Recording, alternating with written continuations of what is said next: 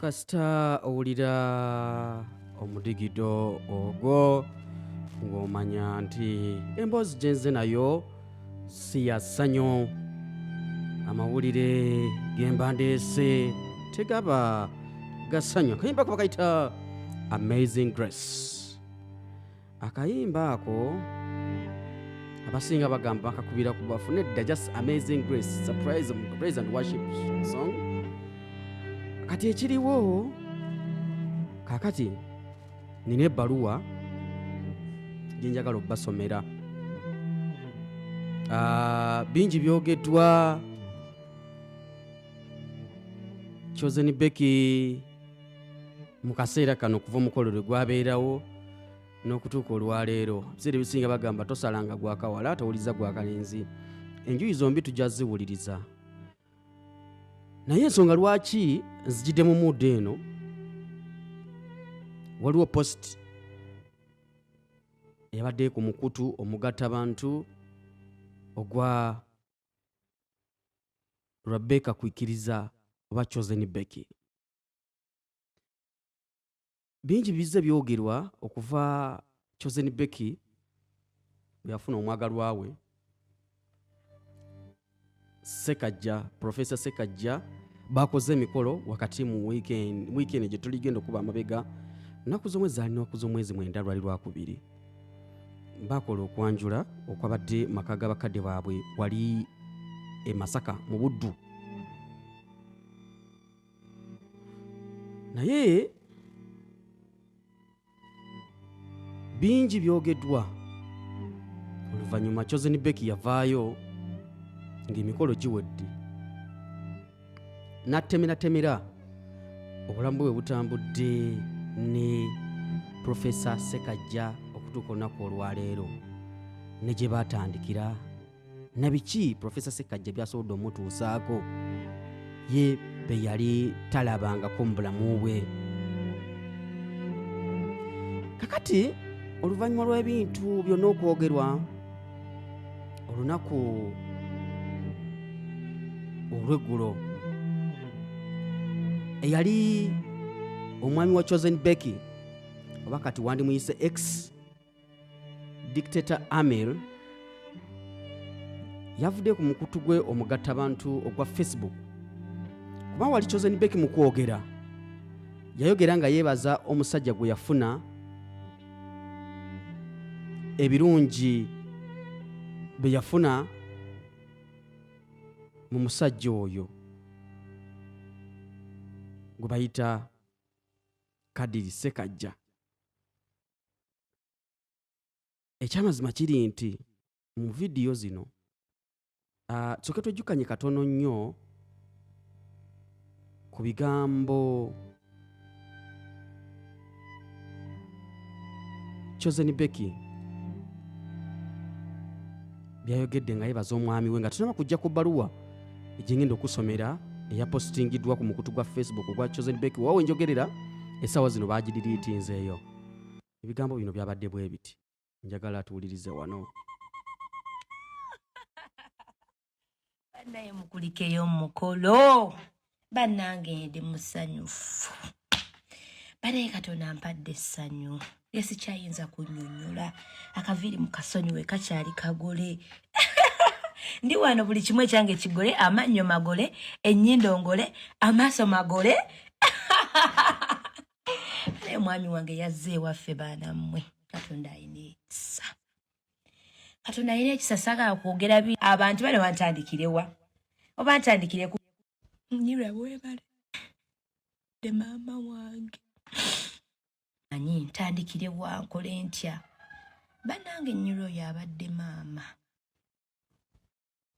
Nyirwa abadde maama wange. N'atuula buli muntu kwe mwalabye ku mukolo gwange. Naye lisiti Nyirwa ye yagikola. Nyirwa bwebale. Bannaye okusembayo kanneebaza omwami wange. Oba lwaki ebirungi birwawo? Wali otuddeko awo n'okyebuuza. Ekirungi kigenda okujja ng'omaze oyita mayinja. Mwami wange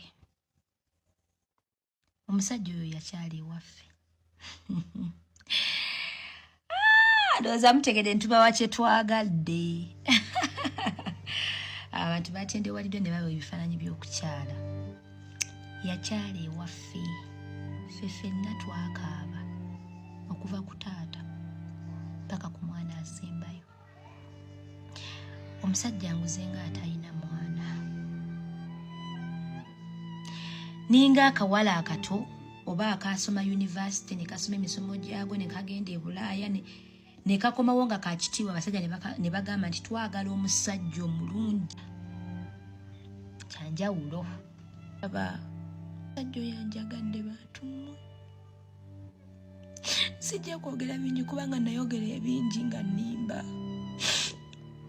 nayogeranga bingi nga mpuruvinga naye kati ebintu mubiraba bino tebiriiko kupuruvinga byekola byokka terukyanka olunaku oyo omusajja n'atangamba nti ndi mulungi nze nali manyi ndi mubi nze baŋŋamba ndi mubi era nga n'omala oŋŋamba nti ndi mulungi gwe nkukyawa kuba bamulimba oyo omusajja buli lunaku aŋŋamba ndi mulungi omusajja yagadde abaana bange alina okwagala buli kye namiisinga mu musajja buli kye namiisinga mu siteegi y'okwagala kinkoledde omusajja oyo nga yakankwana nze nali sigendangako out nina ebigambo 1000 ebyo omusajja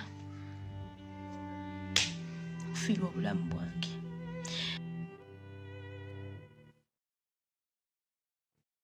Okay.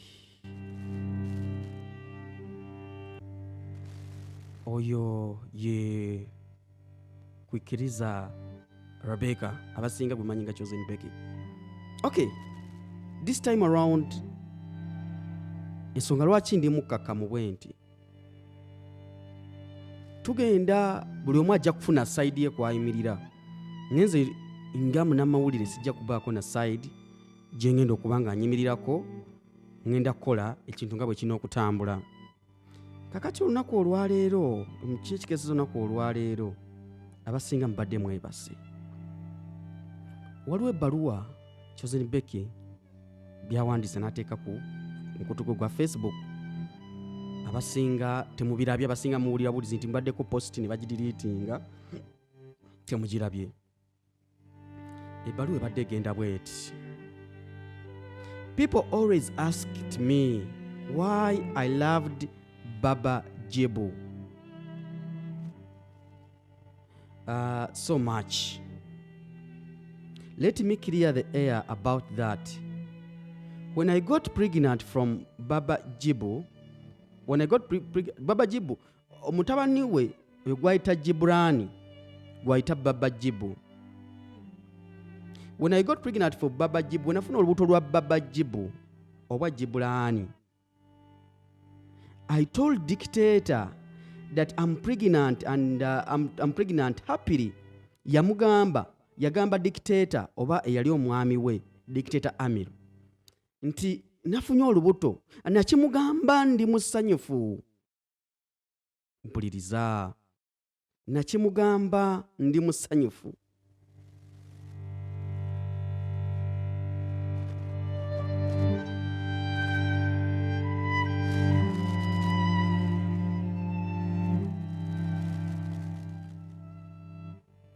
Nagamba dikiteta Amiri nti nfunye olubuto mu ngeri nga ndi musanyufu. Ngamba mwami wange nfunye olubuto olwo lwali lwa mwana mulenzi oyo Jibrani. Owulira? And his reply was that njagala owulire bulungi wano, that is not my child, please abort. Oyo mwana olubuto lwofunye, dikiteta Amiri yagamba bw'ati Chosen Becky, oyo mwana olubuto lwofunye si lwange, oyo mwana si wange era olubuto lujjeemu. Nkaddamu yamugamba bw'ati. And his reply was, nakotinga nagamba, that's not my child, please abort. Yamugamba oyo mwana si wange gwofunye olubuto, ngamba nti olubuto lwafunye, olubuto si lwange era lujjeemu. Chosen Becky nagamba bw'ati, I cried a lot because I'm a woman.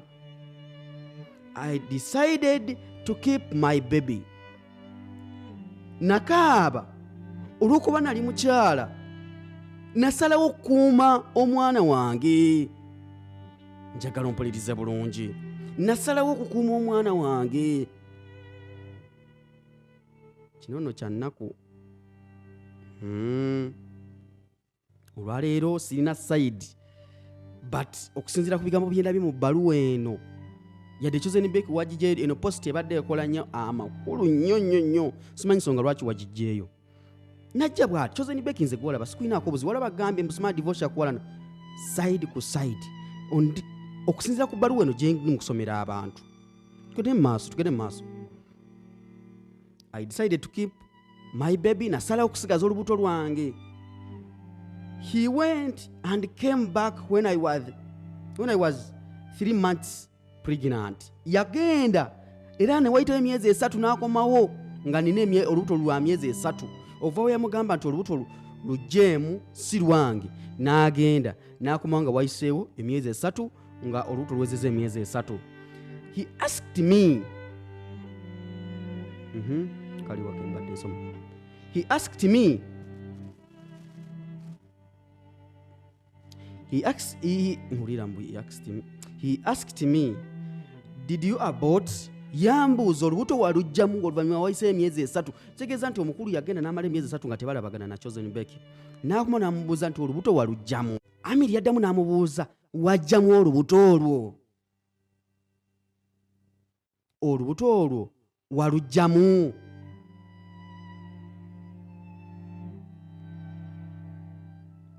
When I said no, he showed me messages and said waliwo omukazi eyankubidde nga aŋŋamba okubira bbaawe ekiro era olubuto olulabika lw'oyo omusajja gw'okubira.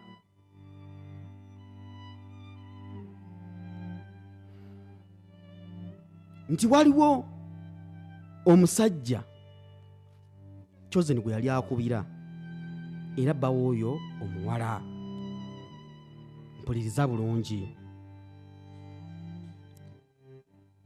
munange. And the girl had recorded saying, Becky mugambe ave ku bba wange.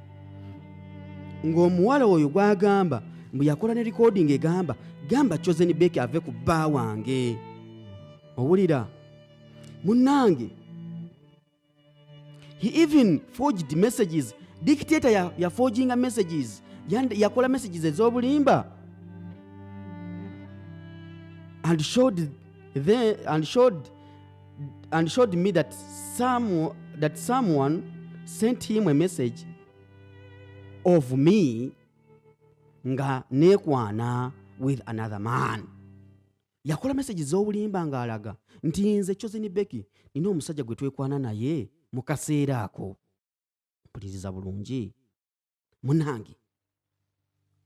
I told him, ever since I met you, munange, I've never loved any man than you. Okuva twasinkana n'oyingira mu bulamu bwange, Dictator sifunangayo omusajja gwe nali njagadde okusinga ggwe. Wallahi sifunangayo omusajja gwe nali njagadde okusinga nze. Ndabamu okubamu akafaananyi nga Chosen Becky yeewozaako mu maaso ga Dictator amugamba sifunangayo omusajja gwe nali njagadde okusinga ggwe.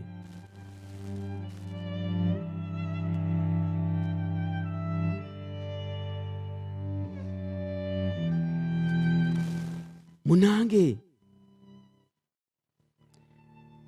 n'agamba bw'ati, he insisted and told me to abort because that's not my son. Yalemerako n'aŋŋamba nzijemu olubuto olw'okuba nti oyo omwana gw'olina mu lubuto si mwana wange.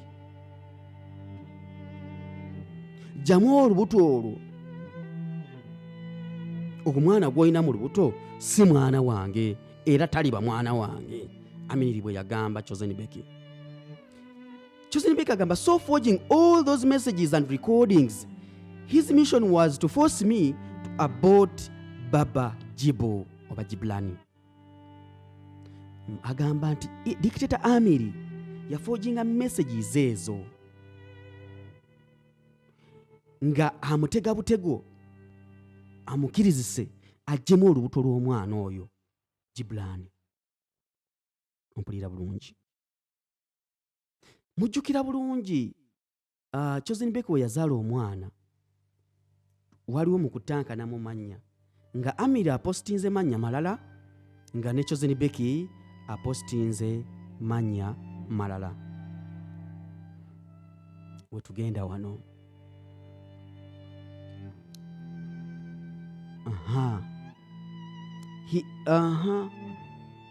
tugenda wano ebbaluwa eno gyatugenda empola mpola.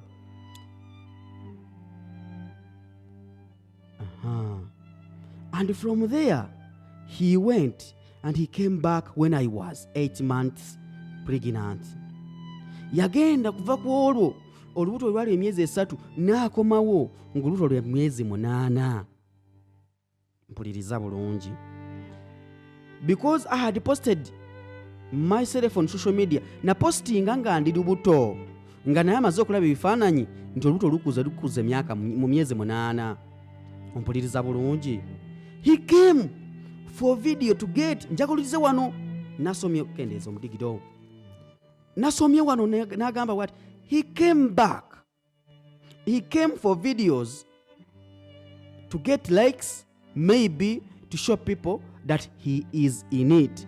Yakomawo ng'azze kwekubya bifaananyi afune likes ku social media n'okulaga abantu nti naye akirimu oluvannyuma lw'emyezi 8.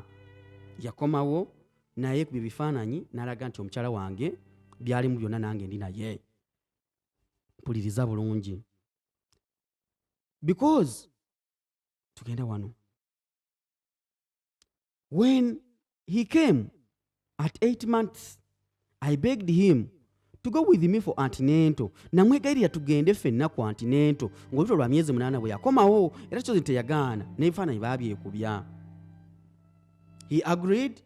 When mjaga oluwulirize wano, when we went for a scan, doctor said, oh Becky, doctor yagamba, oh Becky, you are left with 1 month. Obuzayo omwezi gumu ozaale.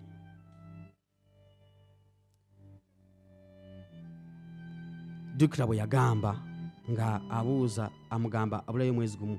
I swear, Chosen yagamba bwati, I swear that guy went out, agamba Amiri yagenda weeru and he started counting. Maybe he was counting when we had last had sex. Agamba nti Dr. yagamba nti olubuto luzayo mwezi gumu. Dikiteta Amiri natandika okubala obugalo n'abala emyezi n'abala ng'agattagattamu ngagala kumanya okusinzira olunaku lwasemba ofuna sex bikwatagana n'olubuto banange.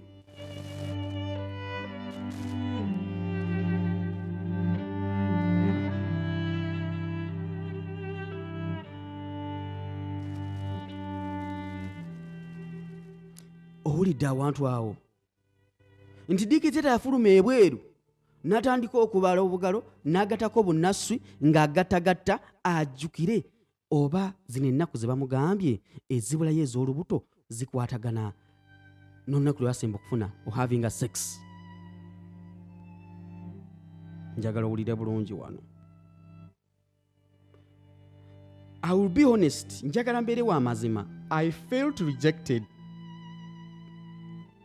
and also hated by my own child. Nalaba nga alekeddwa mu masanganzira, nempulira nga nkyayiddwa omwana owange gwe nnina mu lubuto. I overcried, nakaaba n'engoowa. I was also alone the whole pregnancy. Nabeera nzekka ng'olubuto lwonna okuva nafuna olubuto okutuuka okuluzaala. Omwami yajja ku antenatal nakwekubya biki bifaananyi. And Dictator rejected my baby right from the womb. Dictator yegaana omwana wange okuviira ddala mu lubuto. And also hated my from down. When I got labor pain, I called dictator. I told him, olubuto olunoma. He said, nawe ndeka, yamugamba, nawe ndeka, mwebale, and hung up the call. Bwe yakubira dictator n'amugamba nti olubuto olunuma, ebisa binnuma, njagala kyakantusiza okuzaala, yamugamba, ndeka, nawe ndeka. Najjako essimu. Yajjako essimu.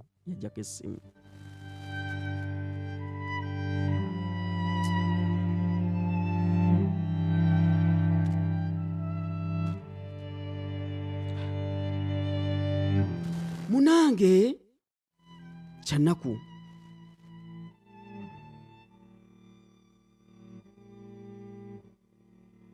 omukulu yajjako essimu. I cried and went to my sister. I went with my sister in the hospital. So when I gave birth, it was morning 12th September 2024. Ngenaku z'omwezi 12 kumakya omwezi gwa September 2024.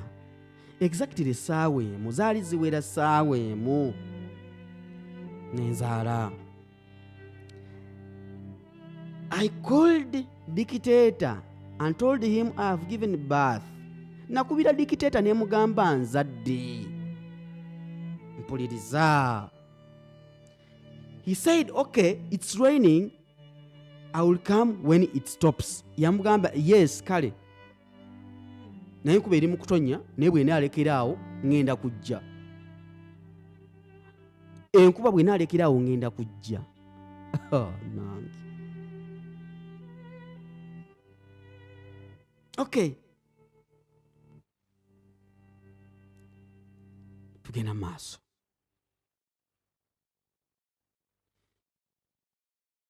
Kyali bwe kiti. All my friends came except the father of the child. Mikwano gyange bonna bajja nga nzadde, okuggyako taata w'omwana teyalabikako.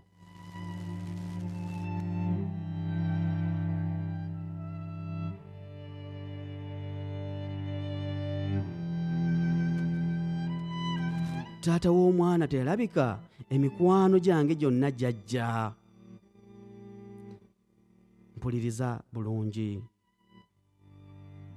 Later in the evening, my mother-in-law called me. Nyazaala wange yankubira and asked me, did my son come? I told her, no, he refused. Teyazze. Mama, omusajja tazze, nzadde omusajja tazze. Wulira ekyatuukawo. The woman got pressure and fainted. Mama w'omulenzi, mama wa dictator Amiri, pressure zaamukuba era n'azirika. When her sister called dictator, your mother has fainted.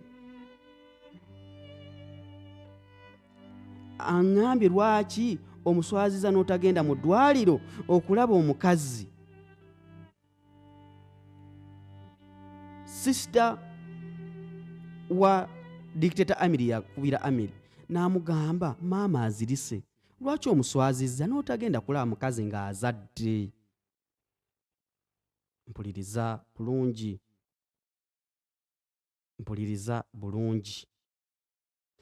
That is when dictator came. When he reached and held Baba Jibo, and his words were, mpuliriza bulungi wano. Dictator Amiri oluvannyuma okufuna amasimu ago yagenda mu ddwaliro. Mpuliriza, bwe yagenda mu ddwaliro, wulira wano, ebigambo bye byali bwe biti, omwana ono bawaani? Kale simutegedde. Yagamba bw'ati dictator. Byanaku naye byewunyisa. Yagamba bw'ati, omwana ono bawaani? Kale kale simutegedde. Mumpulira bulungi? Am I loud and clear? Yagamba omwana ono ng'amusudde bw'ati n'agamba omwana ono oba waani?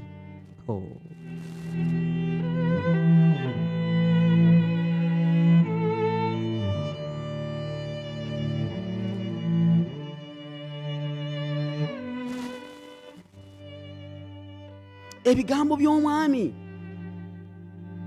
mu ddwaliro, ebbaluwa ebadde empanvu abasinga tebagibasomedde. Chosen Becky agamba, bakyala, with all the bleeding I had and the pain, those words will never leave my heart. Wakati mu kuyiwa omusaayi n'obulumi bwe nayitamu okuzaala omwana oyo, ebigambo ebyo tebirinva ku mutima. Ne bwe neebaka bisigala bijja mu bulamu bwange.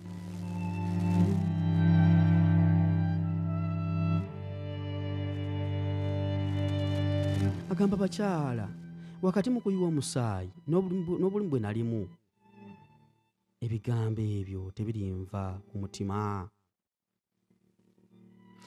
Because I cried a lot, nakaba nnyo. He said, anyway, Rebecca, smile, let's shoot this video, will trend. Mpuliriza. Yadde okaabya amaziga. Sekamu, tukwate video eno. Egenda ku trendinga ku mutimbagano. Omukulu yali akimye likes ne following ku mutimbagano.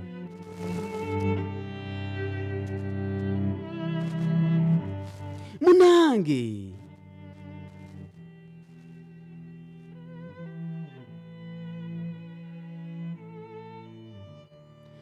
that's when he gave me money, because I'm a woman, we hide a lot.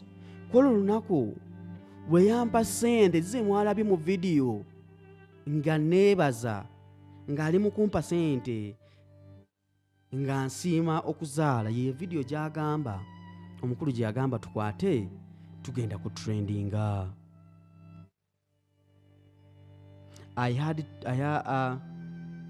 I smiled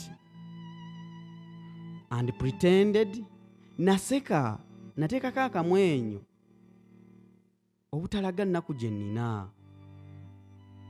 After a video, he told me, give me the money I gave. Give me the money. He told me, give me the money. I have a lot of problem. Era he took his money. Katonda wange.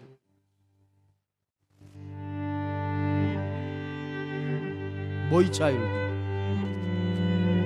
Lindako. Video gye twalabye nga amirwa awa omukyala ssente, yaddamu n'azimusaba n'azimuggyako, n'amugamba nziriza ssente ezo. Zinzirize, nina ebirala bingi eby'okukola n'ebizibu bingi. Ekitegeeza nti essente ze bawa Chosen Becky zaali za kukwata video.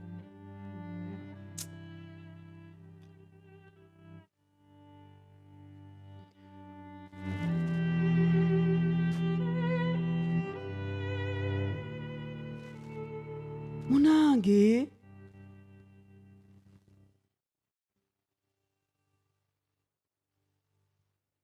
era he took his money. Esente ze yazitwala. Owulira? Esente yazitwala. He went and never came back until Baba Jib was 3 months. Yagenda. Okuva ku olwo yakomawo nga Jibulani awezezza emyezi 3 mu luvannyuma lwe yasemba ogendayo okulaba ku mwana oyo. I was home and saw dictator. He came and said, I had works, but I have come for videos. Era he shot videos as much as he wanted, and then after he went until Jibu was 5. Nali ndi awe waka, dikiteta n'akomawo n'agamba mbadde n'emirimu mingi ey'okukola naye nze kukima vidiyo, nze tukwatayo vidiyo male ŋŋende. Era n'akwata vidiyo, yakwata vidiyo eziwerako obungi. Then bwe yamala okukwata vidiyo n'agenda okudda nga Jibu awezezza emyezi 5. In that pain I had a friend always told my pains. That was Mr. Ssekaggya. Ssekaggya ajja atya mu kifaananyi kye mwabadde mwebuuza.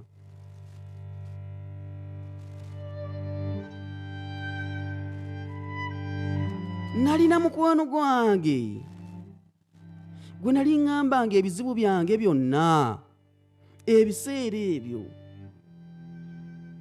nga mukwano gwange oyo ye Mr. Ssekaggya. Ndowooza munfuna bulungi wano, mbadde mwebuuza Ssekaggya ajja atya mu kifaananyi. So I called him and told him this story because I was dying of pain. Nakubira Ssekaggya neemunyumiza emboozi eno yonna lw'okuba mbadde nfa obulumi. Bwe nkubira Ssekaggya neemukubulira emboozi yange eno, Ssekaggya cried and told me, why didn't you tell me all along? Ssekaggya yakaaba. Oh.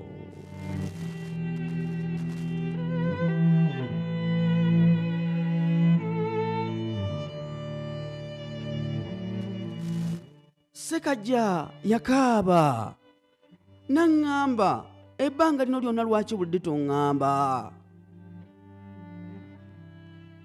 Beki ebbanga lino lyonna lwaki obadde toŋŋamba ku bulumi buno bwonna?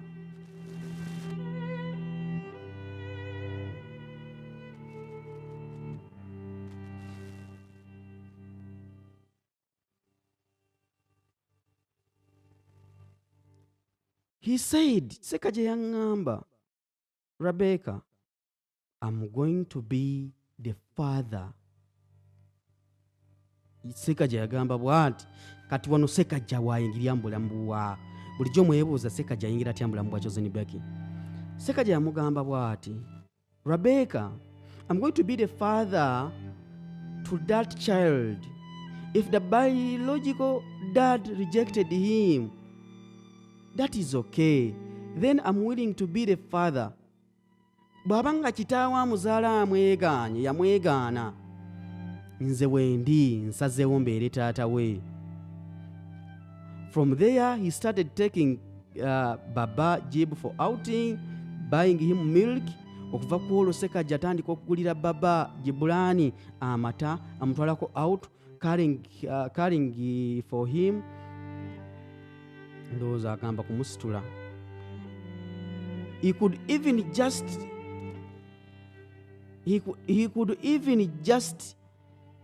make him sleep. Until today he is the father. Is the father Job knows. Nzagamba n'okutuusa olwaleero ye taata Jibulani gw'amanyi. I've never taken Baba Jib on the hospital. Ndowooza to the hospital. I've never taken Jib to the hospital. When he gets sick, he just calls me and tells me, come, we are in this hospital. And he even told me, when Baba Jib gets sick, I call his dad, and he sees him. Bana nsoma mpola mpola. You people, Baba Jib can't do anything without Mr. Sekajja. Baba Jibulani tayinza kukola kintu kyonna awatali kitaawe Sekajja. Ebbaluwa eno okuva gye nagitandise mugiwulidde bulungi. Mulowooza obuzibu bwavaawa gwe atulaba. Tugende maaso tunaatera okuba nga tuwunzika ebbaluwa eno.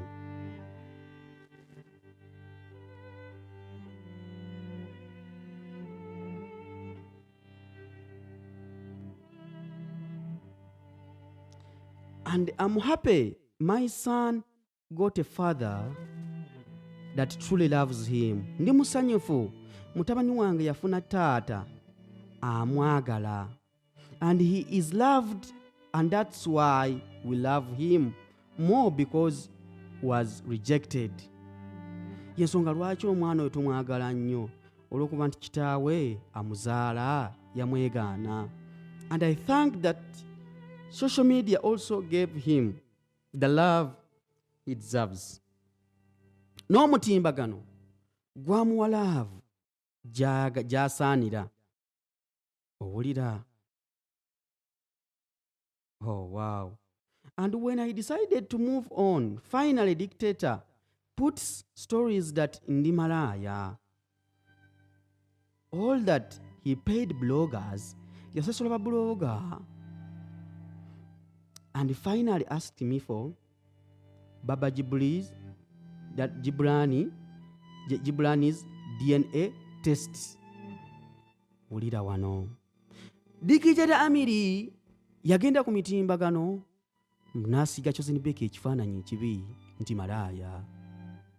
Ulira. Era teyakoma ku ekyo. N'asaba n'omwana Jibulani oba Jibu amutwale ku musaayi ku DNA akakasize ddala nti oba omwana uwe. Kati waliwo entuwa wabuuse. Sekajja mu kulabirira omwana oyo. Laavu yakula. Yava ku mwana negenda ku maama. Temunenya Chosen Beki olw'okusalawo kwe yakola. Munange, and the results came back. He was the biological father. Twagenda ku musaayi. Ku DNA taata gye yasaba. Era results zaakomawo nga ziraga nti Dictator Amiru ye taata w'omwana.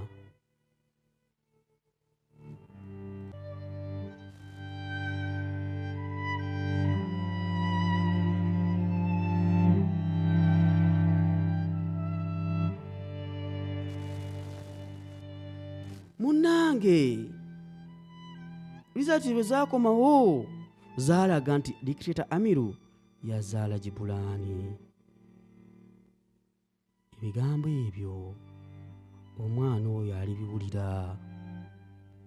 Munange, he got ashamed and instead started paying bloggers to tarnish my name. Yaswala obuswavu n'abufuula obusungu n'asasula babuloga okwonoona erinnya lyange. But it's okay, because we are happy Baba Jibu got a loving dad, and he's now a healthy, happy child. Ebbaluwa ya Chosen Beki bw'atyo neekomaawo.